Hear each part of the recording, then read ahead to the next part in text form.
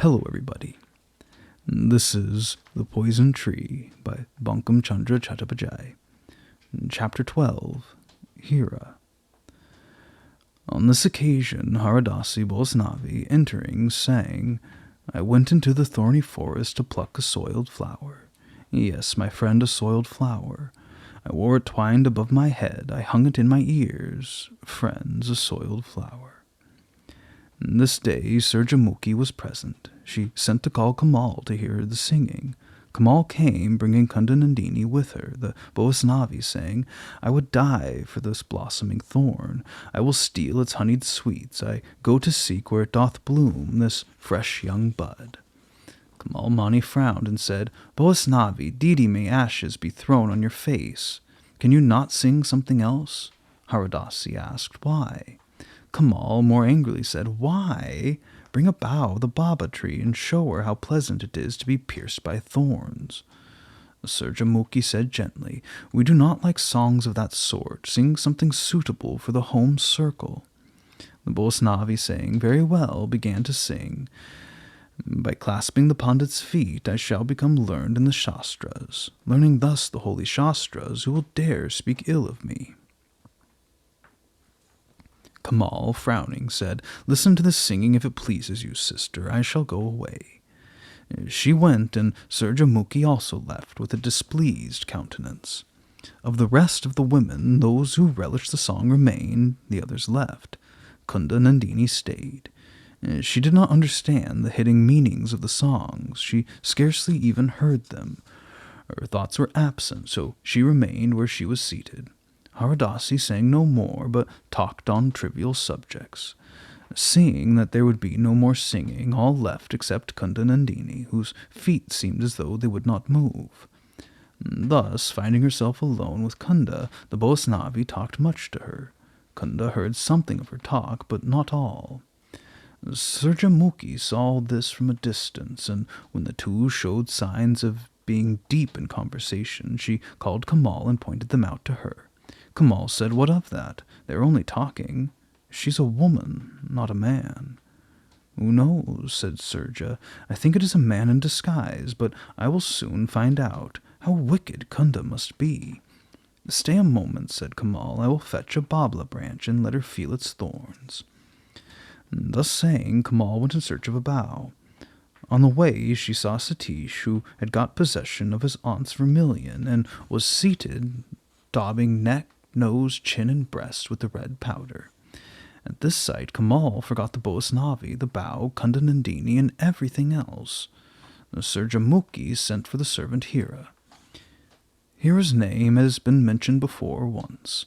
It is now needful to give a particular account of her. Nagendra and his father always took special care that female servants of the household should be of good character.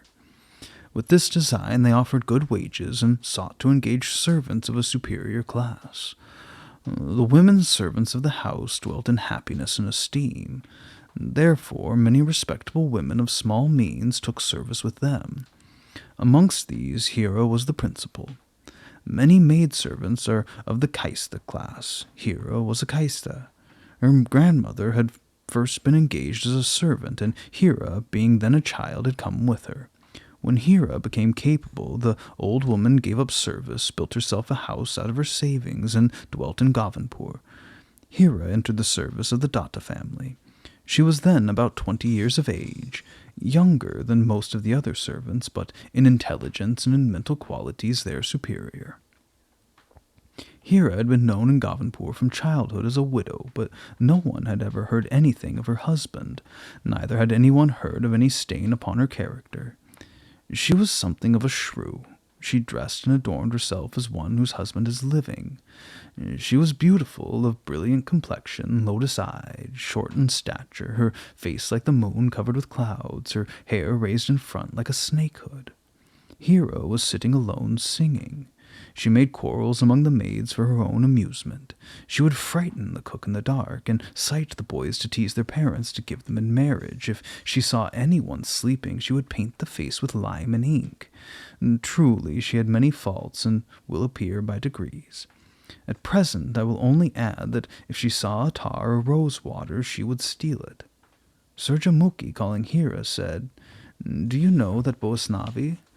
"No," replied Hira. "I was never out of the neighborhood. How should I know a Boasnavi beggarman? Ask the woman of the Tukurbari. Karuna or Sitala may know her. This is not a Takurbari Boasnavi.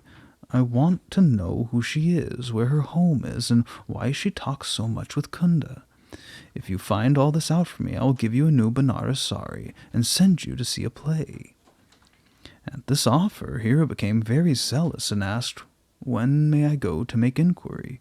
"When you like, but if you do not follow her now, you will not be able to trace her. Be careful that neither the Boasnavi nor anyone else suspects you." At this moment Kamal returned, and, approving of Surjamuki's design, said to Hira, "And if you can, prick her with the baba thorns." Hira said, "I will do all, but only a Banaras sari will not content me." "What do you want?" said Surja. "She wants a husband," said Kamal. "Give her in marriage." "Very well," said Surja. "Would you like to have the Takur Jamai? Say so, and Kamal will arrange it." "Then I will see," said Hira, "but there's already in the house a husband suited to my mind." "Who is it?" asked Surja. "Death," was Hira's reply.